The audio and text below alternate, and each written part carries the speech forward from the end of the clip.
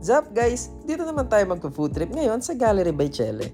Actually, matagal na to eh. Birthday pa ni Anika last year and dito namin sinelebrate. Ngayon ko lang na-post at sakto naman dahil magva-Valentine's. Perfect idea to sa mga magde-date or para sa mga wala pang naiisip kung saan i-date ang mga partners nila.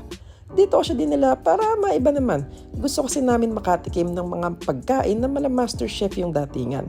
Kakapanood nun. Like green apple. Pricing nga lang talaga. Meron silang 6-course tasting menu and meron ding 10-course set menu. Yung 10 na yung kinuha namin. Minsan na lang naman makakain sa ganitong klaseng restaurant kaya sinulit na namin. Tsaka para mas marami yung matry na foods. After namin matapos yung 10-course menu, tsaka ako sasabihin kung sulit nga ba talaga or worth it kumain sa ganitong klaseng restaurant. Sa ngayon, uumpisahan na muna natin yung full experience sa part 2.